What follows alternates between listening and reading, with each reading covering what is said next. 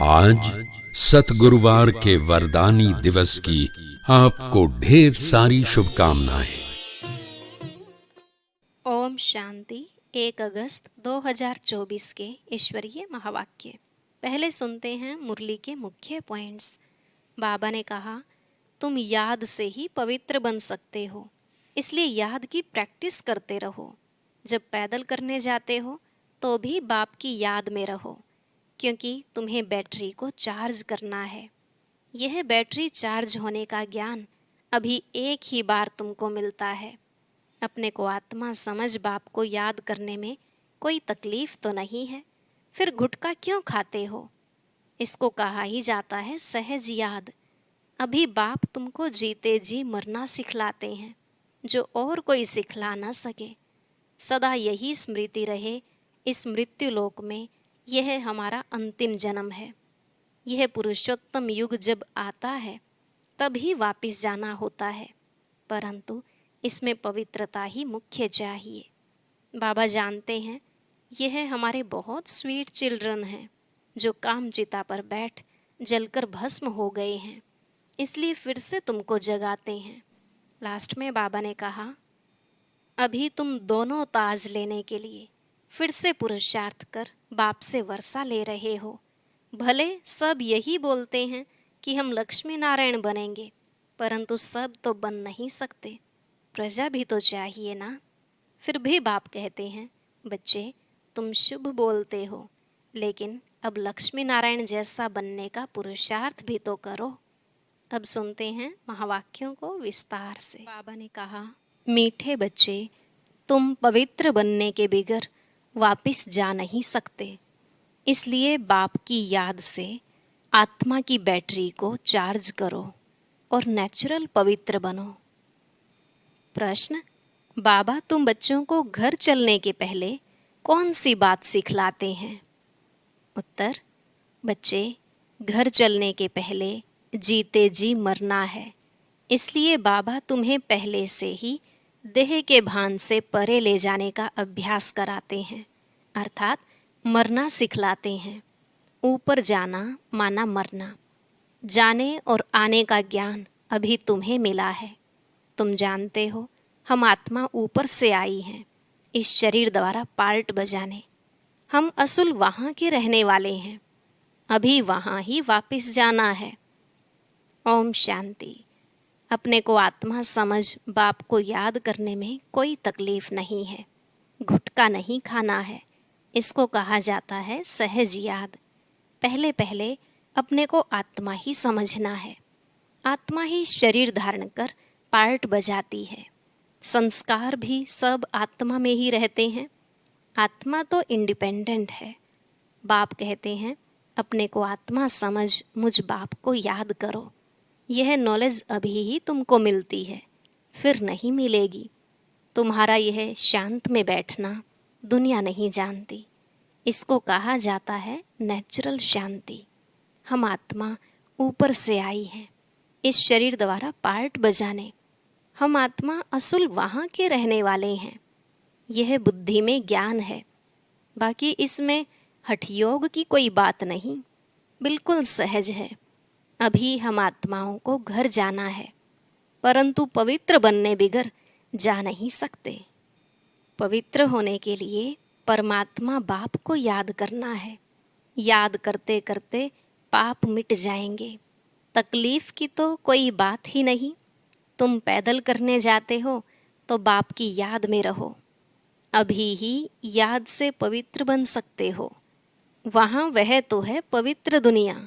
वहाँ उस पावन दुनिया में इस ज्ञान की कोई दरकार नहीं रहती, क्योंकि वहाँ कोई विकर्म होता नहीं। यहाँ याद से विकर्म विनाश करने हैं। वहाँ तो तुम नेचुरल चलते हो, जैसे यहाँ चलते हो, फिर थोड़ा थोड़ा नीचे उतरते हो। ऐसे नहीं कि वहाँ भी तुमको यह प्रैक्टिस करना है। प्रैक्टिस अभी ही करना है। बैटरी अब चार्ज करना है, फिर आहिस्ते आहिस्ते बैटरी डिस्चार्ज होना ही है। बैटरी चार्ज होने का ज्ञान अभी एक ही बार तुमको मिलता है। सतो प्रधान से तमो प्रधान बनने में तुमको कितना समय लग जाता है। शुरू से लेकर कुछ न कुछ बैटरी कम होती जाती है। मूल वतन में तो हैं ही आत्माएं, शरीर तो है नहीं, तो नेचुरल उतरने अर्थात बैटरी कम होने की बात ही नहीं। मोटर जब चलेगी तब तो बैटरी कम होती जाएगी। मोटर खड़ी होगी तो बैटरी थोड़ी ही चालू होगा। मोटर जब चले तब बैटरी चालू होगी। भल मोटर में बैटरी चार्ज होती रहती है, लेकिन तुम्हारी बैटरी एक ही बार इस समय चार्ज होती है। तुम फिर जब यहाँ शरीर से कर्म करते हो, फिर थोड़ी बैटरी कम होती जाती है। पहले तो समझाना है कि वह है सुप्रीम फादर, जिसको सब आत्माएं याद करती हैं। हे भगवान कहते हैं, वह बाप है, हम बच्चे हैं। यहाँ तुम बच्चों को समझाया जाता है बैटरी कैसे चार्ज करनी है।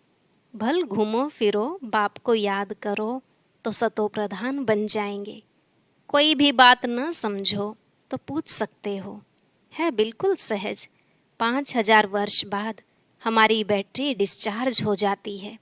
बाप आकर सबकी बैटरी चार्ज कर देते हैं। विनाश के समय सब ईश्वर को याद करते हैं। समझो बाढ़ हुई तो भी जो भक्त होंगे वह भगवान को ही याद करेंगे, परंतु उस समय भगवान की याद आ नहीं सकती। मित्र संबंधी धन दौलत ही याद आ जाता है।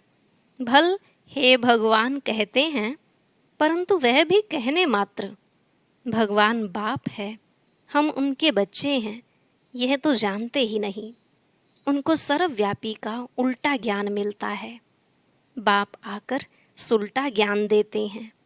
भक्ति की डिपार्टमेंट ही अलग है। भक्ति में ठोकरें खानी होती हैं। ब्रह्मा की रात सो ब्राह्मणों की रात है, ब्रह्मा का दिन सो ब्राह्मणों का दिन है। ऐसा तो नहीं कहेंगे शूद्रों का दिन शूद्रों की रात। यह राज बाप बैठ समझाते हैं। यह है बेहद की रात व दिन। अभी तुम दिन में जाते हो, रात पूरी होती है। यह अक्षर शास्त्रों में है। ब्रह्मा का दिन ब्रह्मा की रात कहते हैं, परंतु जानते नहीं हैं। तुम्हारी बुद्धि अब बेहद में चली गई है। यूं तो देवताओं को भी कह सकते हैं विष्णु का दिन विष्णु की रात, क्योंकि विष्णु और ब्रह्मा का संबंध भी समझाया जाता है। त्रिमूर्ति का ऑक्यूपेशन क्या है और तो कोई समझ ना सके। वह तो भगवान को ही कचमच में व जन्म मरण के चक्र में ले गए हैं। राधे कृष्ण आदि भी मनुष्य हैं, परंतु दैवी गुणों वाले। अभी तुमको ऐसा बनना है। दूसरे जन्म में देवता बन जाएंगे।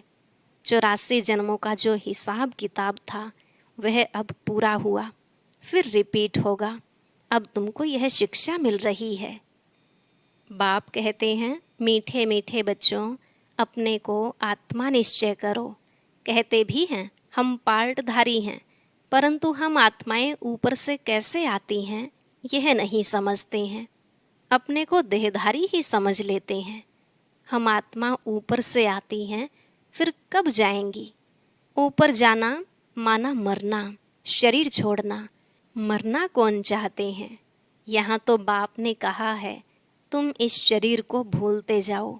जीते जी मरना तुमको सिखलाते हैं, जो और कोई सिखला ना सके। तुम आए ही हो अपने घर जाने के लिए।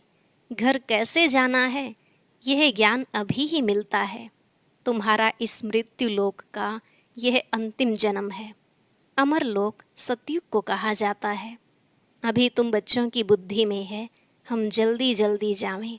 पहले पहले तो घर मुक्तिधाम में जाना पड़ेगा।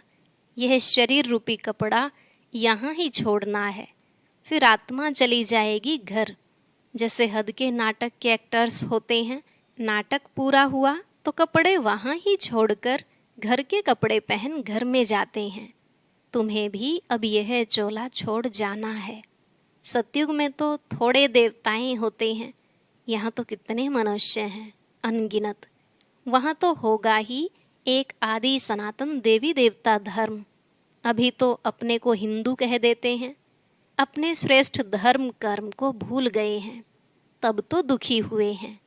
सतयुग में तुम्हारा श्रेष्ठ कर्म धर्म था, अभी कलयुग में धर्म भ्रष्ट हैं।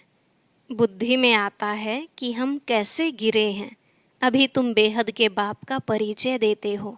बेहद का बाप ही आकर नई दुनिया स्वर्ग रचते हैं। कहते हैं मन मना भव। यह गीता के ही अक्षर हैं।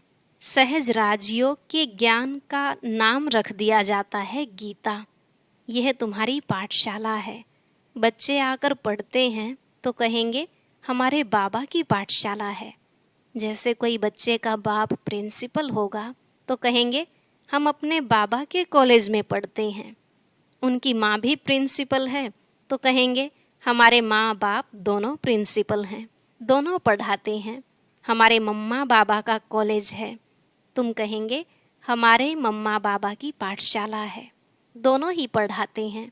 दोनों ने यह रूहानी कॉलेज व यूनिवर्सिटी खोली है, दोनों इकट्ठे पढ़ाते हैं। बाप ने बच्चों को एडॉप्ट किया है।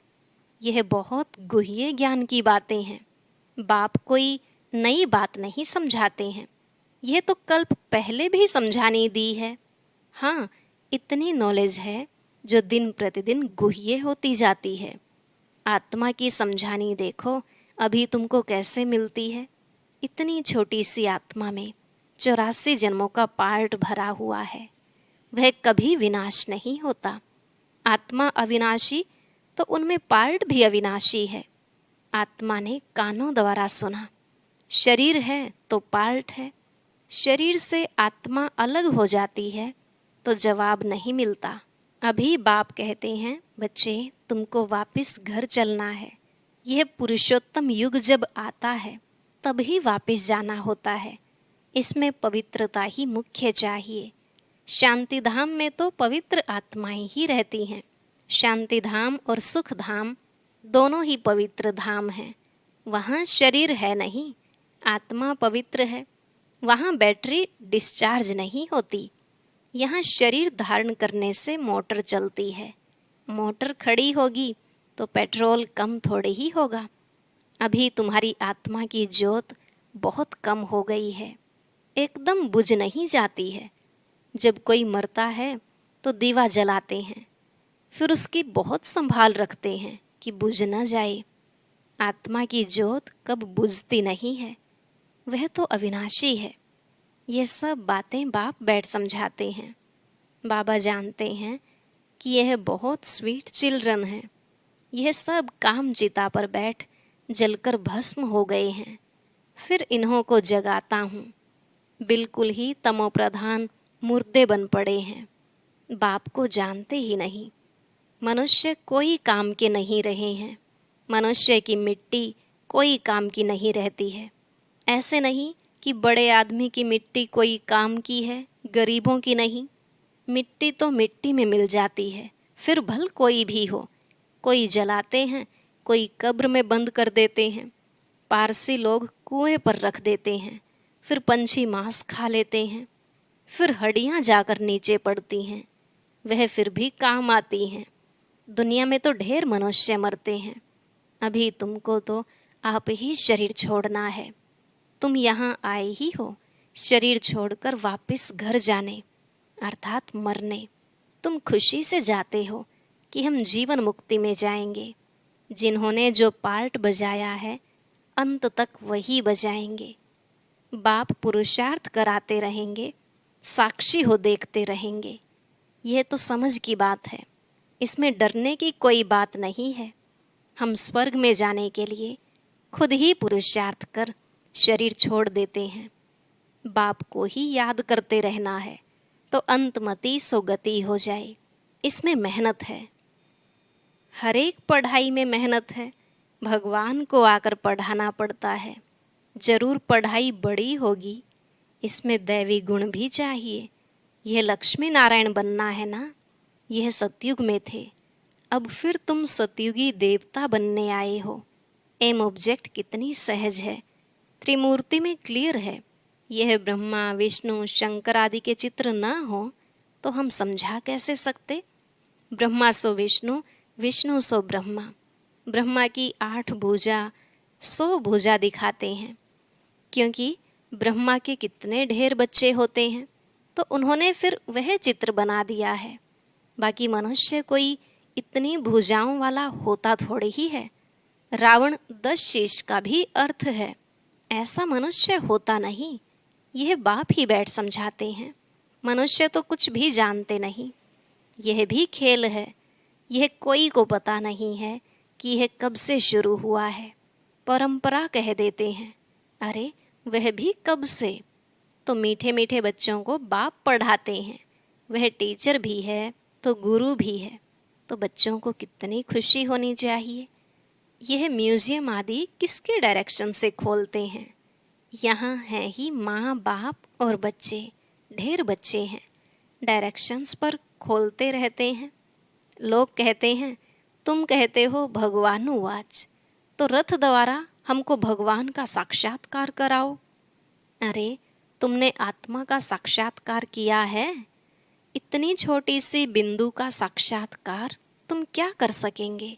जरूरत ही नहीं है। यह तो आत्मा को जानना होता है। आत्मा भ्रिकुटी के बीच रहती है, जिसके आधार पर ही इतना बड़ा शरीर चलता है। अभी तुम्हारे पास न लाइट का न रत्न जड़ित ताज है। दोनों ताज लेने लिए फिर से तुम पुरुषार्थ कर रहे हो। कल्प कल्प तुम बाप से वर्षा लेते हो। बाबा पूछते हैं, आगे कब मिले हो? तो कहते हैं, हाँ बाबा, कल्प कल्प मिलते आए हैं। क्यों? यह लक्ष्मी नारायण बनने के लिए।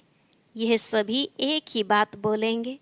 बाप कहते हैं, अच्छा शुभ बोलते हो, अब पुरुषार्थ करो। सब तो नर से नारायण नहीं बनेंगे, प्रजा भी तो चाहिए। कथा भी होती है सत्यनारायण की। वो लोग कथा सुनाते हैं, परंतु बुद्धि में कुछ भी नहीं आता। तुम समझते हो वह है शांति धाम, निराकारी दुनिया। फिर वहाँ से जाएंगे सुख धाम।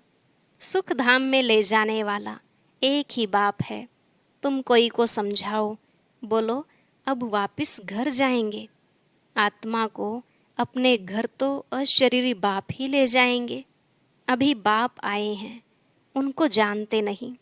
बाप कहते हैं, मैं जिस तन में आया हूँ, उनको भी नहीं जानते।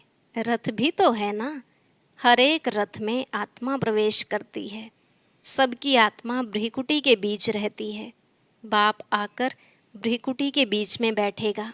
समझाते तो बहुत सहज हैं। पतित पावन तो एक ही बाप है। बाप के सब बच्चे एक समान हैं। उनमें हर एक का अपना अपना पार्ट है। इसमें कोई इंटरफेयर नहीं कर सकता। अच्छा, मीठे मीठे सिकिलधे बच्चों प्रति माता पिता बाप दादा का याद प्यार और गुड मॉर्निंग।